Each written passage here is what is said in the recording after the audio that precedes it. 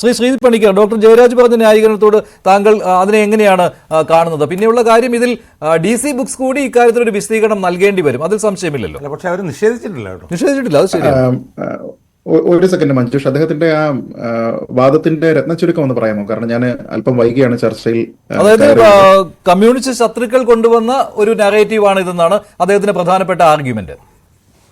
അല്ല, അദ്ദേഹം അത് വായിച്ചിട്ടുണ്ടെങ്കിൽ ആ ഒരു വാദത്തിൽ നിന്ന് അദ്ദേഹം പിന്മാറുമെന്നാണ് ഞാൻ കരുതുന്നത്. കാരണം ഇതിൽ EP ജയരാജൻ അദ്ദേഹം തന്നെ പറയുന്നുണ്ട്, ഇതിനെ ഒരു ആത്മകഥ എന്ന നിലയ്ക്കൊന്നും നിങ്ങൾ കരുതേണ്ട, പക്ഷേ എന്റെ അനുഭവങ്ങളാണ് ഞാൻ ഇതിൽ എഴുതിയിരിക്കുന്നത് എന്ന് അദ്ദേഹം പറയുന്നു. അദ്ദേഹത്തിന്റെ പല കാഴ്ചപ്പാടുകളുമാണ് ഇതിൽ എഴുതിയിരിക്കുന്നത് എന്ന് പറയുന്നു. അപ്പൊ ഇതിന്റെ തുടക്കം മുതൽ ഈ ഏറ്റവും അടുത്ത കാലത്ത് വന്ന് നിൽക്കുന്ന ഈ ഉപതെരഞ്ഞെടുപ്പ് വരെയുള്ള അദ്ദേഹത്തിന്റെ രാഷ്ട്രീയ ജീവിതത്തിന്റെ തുടക്കം മുതൽ, അല്ലെങ്കിൽ അദ്ദേഹത്തിന്റെ വ്യക്തി ജീവിതത്തിന്റെ തുടക്കം മുതൽ ഇന്നത്തെ വരെയുള്ള ലേറ്റസ്റ്റ് ഡെവലപ്മെന്റുകളെ പറ്റി അദ്ദേഹത്തിന്റെ ഭാഷയിൽ തന്നെ അത് പറയുന്നുണ്ട്. തന്നെയുമല്ല, ഇതിൽ വളരെ വിവാദമായിട്ടുള്ള പല വിഷയങ്ങളെ പറ്റിയും അദ്ദേഹം ഇതിൽ പറയുന്നുണ്ട്. ഏറ്റവും രസകരമായിട്ടുള്ള കാര്യം, നമ്മൾ ഇവിടെ അദ്ദേഹത്തിനെ ഒരുപക്ഷെ സോഷ്യൽ മീഡിയയിൽ അടക്കം ഏറ്റവും കൂടുതൽ ട്രോൾ ചെയ്യാൻ ഉപയോഗിച്ചിരുന്ന മുഹമ്മദ് അലി വിഷയത്തിൽ പോലും സത്യത്തിൽ എന്താണ് സംഭവിച്ചത് എന്നതിനെക്കുറിച്ച് തുറന്നെഴുതുന്നതിന് അദ്ദേഹത്തിന് യാതൊരു വിധത്തിലുള്ള വൈമനസ്യവുമില്ല. അങ്ങനെയുള്ള എല്ലാ വിഷയങ്ങൾ, ജാവദേക്കറിനെ കണ്ടതില്, വൈദികം റിസോർട്ടിനെ പറ്റി, അദ്ദേഹത്തിന്റെ മന്ത്രിസ്ഥാനവുമായി ബന്ധപ്പെട്ട ആരോപണങ്ങൾ, എല്ലാ കാര്യത്തിനെ പറ്റിയും അദ്ദേഹം തുറന്നെഴുതിയിട്ടുണ്ട്. അപ്പൊ അതുകൊണ്ട് ഇത് വ്യാജമായിട്ട് നിർമ്മിച്ചതാണ് എന്ന് പറയേണ്ടി വരുന്ന ഒരു സാഹചര്യം ഉണ്ട് എന്ന് എനിക്ക് തോന്നുന്നില്ല. കാരണം നമ്മളിവിടെ DC പോലെയുള്ള ഒരു പബ്ലിഷറെ കുറിച്ചാണ് പറയുന്നത്. ഇപ്പൊ മഞ്ജുഷ പറഞ്ഞത് ശരിയാണ്, DC ഈ വിഷയത്തിൽ വ്യക്തത വരുത്തേണ്ടതുണ്ട്. എന്ത് സാങ്കേതിക കാരണത്താലാണ് ഈ പുസ്തകം കുറച്ച് വൈകി മാത്രമേ പ്രസിദ്ധീകരിക്കുകയുള്ളൂ എന്ന് പറയുന്നത് എന്നതിനെക്കുറിച്ച് വിശദീകരിക്കേണ്ടതുണ്ട്. അതോടൊപ്പം തന്നെ അദ്ദേഹം തന്നെ പറയുന്നുണ്ടല്ലോ, ഈ പുസ്തകം പ്രസിദ്ധീകരിക്കുന്ന സമയത്ത് അതിലുള്ള ഉള്ളടക്കത്തിനെ കുറിച്ച് നിങ്ങൾക്ക് കൃത്യമായ ബോധ്യമുണ്ടാകും എന്ന് പറയുന്നുണ്ട്. അപ്പൊ പുറത്തു വന്നിരിക്കുന്ന കാര്യങ്ങളെ ഒന്നും തന്നെ അദ്ദേഹം നിഷേധിക്കുന്നില്ല എന്നുള്ള ഒരു കാര്യമുണ്ട്. EP തന്നെ ഇതിന്റെ, അല്ലെങ്കിൽ EP എന്ന് പറയപ്പെടുന്ന ആൾ തന്നെ ഈ പുസ്തകത്തിന്റെ ലാസ്റ്റ് പാർട്ടുകളിൽ എഴുതിയിരിക്കുന്ന ഒരു കാര്യം, ഈ പുസ്തകം ഞാൻ പ്രതീക്ഷിക്കുന്നത് ഉപതെരഞ്ഞെടുപ്പ് കഴിഞ്ഞതിന് ശേഷം വരുമെന്നാണ്. അതിനു മുമ്പ് ഇത് വരികയാണെങ്കിൽ വലിയ വിവാദം ഉണ്ടാകാനുള്ള എല്ലാവിധ സാധ്യതകളുമുണ്ട് എന്നും അതിൽ പറയുന്നുണ്ട്. അപ്പൊ അതിൽ അദ്ദേഹം പറഞ്ഞിരിക്കുന്ന ഏതെങ്കിലും ഒരു പ്രസ്താവന CPM-ന് ദോഷകരമായിട്ട് എടുക്കേണ്ടുന്നതാണ്, അല്ലെങ്കിൽ ദോഷകരമായി ഭവിക്കും എന്ന് ഞാൻ കരുതുന്നുമില്ല. വിവാദമുണ്ടാക്കുന്ന പ്രസ്താവനകളുണ്ട്, അദ്ദേഹത്തിന്റെ ആരോപണങ്ങളുണ്ട്. പക്ഷേ ഞാൻ കരുതുന്നത് അദ്ദേഹം അവിടെ പറഞ്ഞിരിക്കുന്ന അദ്ദേഹത്തിന്റെ ഒരു ജെനുവിൻ അസസ്മെന്റ് ആണ്. ആ അസസ്മെന്റിനെ ഉൾക്കൊള്ളുന്നതിന് CPM-കാർക്ക് ബുദ്ധിമുട്ടുണ്ടാകണമെന്ന് എനിക്ക് തോന്നുന്നില്ല. കാരണം ഇന്ന് പലപ്പോഴും മാധ്യമങ്ങൾ തന്നെ തുടക്കത്തിൽ പ്രചരിപ്പിച്ചതുപോലെ ഒന്നും അല്ല ഇതിൽ എഴുതിയിരിക്കുന്നത് എന്നാണ് ഞാൻ മനസ്സിലാക്കുന്നത്.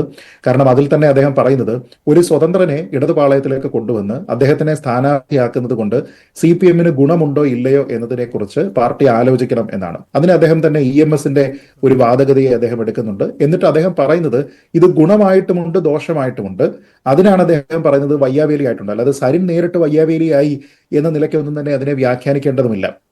അദ്ദേഹം പിന്നീട് ഉദുമ മണ്ഡലവുമായി ബന്ധപ്പെട്ട് എങ്ങനെയാണ് പണ്ട് ഒരു വിമതനെ മറുകണ്ഠം ചാടിക്കുന്നതിന് വേണ്ടി ശ്രമിച്ചത് എങ്ങനെയാണ്, പിന്നീട് അദ്ദേഹം മറുപാളയത്തിലേക്ക് തിരിച്ചു പോയത് എങ്ങനെയാണ്, പിന്നീട് മന്ത്രിസഭകൾ, നായനാർ മന്ത്രിസഭ പോലും വീഴുന്നതിന് ഉദുമ മണ്ഡലത്തിന്റെ റോൾ എന്തായിരുന്നു തുടങ്ങി ഉദുമയുമായി ബന്ധപ്പെട്ട ഒരു ചരിത്രം അദ്ദേഹം അവിടെ പറയുന്നു. ഇതൊന്നും എഴുതിയത് താനല്ല എന്ന് ഒറ്റ വാചകത്തിൽ EP നിഷേധിക്കുകയാണ് ശ്രീജിത്ത് പണിക്കർ. അതുകൊണ്ട് തന്നെയാണ് പാർട്ടിക്കും ഇക്കാര്യത്തിൽ ഇന്ന് പ്രതിരോധത്തിൽ ആകേണ്ട സ്ഥിതി ഉണ്ടാകാതെ വന്നത്. അതുകൊണ്ടാണല്ലോ MV ഗോവിന്ദന്റെ വാർത്താ സമ്മേളനത്തിൽ അദ്ദേഹം ഏത് ചോദ്യവും എടുക്കാൻ തയ്യാറായി അത്രയും സമയം വാർത്താ സമ്മേളനത്തിൽ ഇരുന്നത്. അല്ലെങ്കിൽ സ്ഥിതി വ്യത്യസ്തമാവുമായിരുന്നു.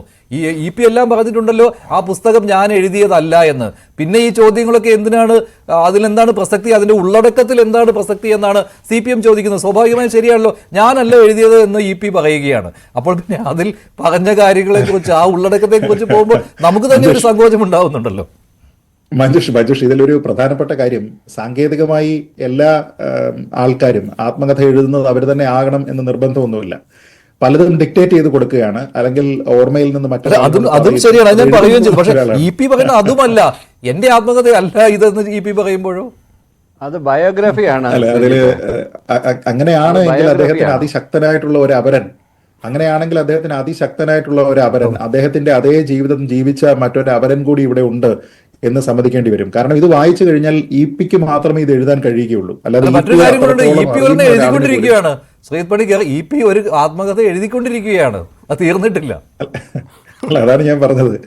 EP-യുടെ അതേ ജീവിതം, നമ്മൾ ഈ പാരലൽ ലൈഫ് എന്നൊക്കെ പറയത്തില്ലേ, ആന്റി മാറ്റർ എന്നൊക്കെ പറയത്തില്ലേ, അതേപോലെ തന്നെ പിക്ക് തുല്യനായിട്ടുള്ള മറ്റൊരു ഇതേ ജീവിതം ജീവിച്ചു തീർന്നിരിക്കുന്ന അല്ലെങ്കിൽ ഈ ഘട്ടത്തിൽ എത്തിയിരിക്കുന്ന രാഷ്ട്രീയ ജീവിതത്തിന്റെ ഈ അവസ്ഥയിൽ എത്തിയിരിക്കുന്ന മറ്റൊരു എവിടെയോ ഉണ്ട് എന്നും ആ DC ബുക്സിനെ തെറ്റിദ്ധരിപ്പിച്ച് DC ബുക്സിനെ കൊണ്ട് ഇത് എഴുതി പബ്ലിഷ് ചെയ്യിപ്പിക്കുകയാണ് എന്നും തോന്നും. ഇപ്പൊ പല ആൾക്കാരും ഇതിൽ അല്ല ഇത് എഴുതിയിരിക്കുന്നതെന്ന് പറഞ്ഞിട്ട് DC ബുക്സ് അല്ല DCC ബുക്സ് ആണ് എന്നൊക്കെ പറഞ്ഞിട്ട് ട്രോൾ ചെയ്യുന്നത് ഞാൻ കണ്ടു. ഞാൻ പറയുന്നത് ഒരു ഭാഗത്ത് നിൽക്കുന്നത് ആരാണ്?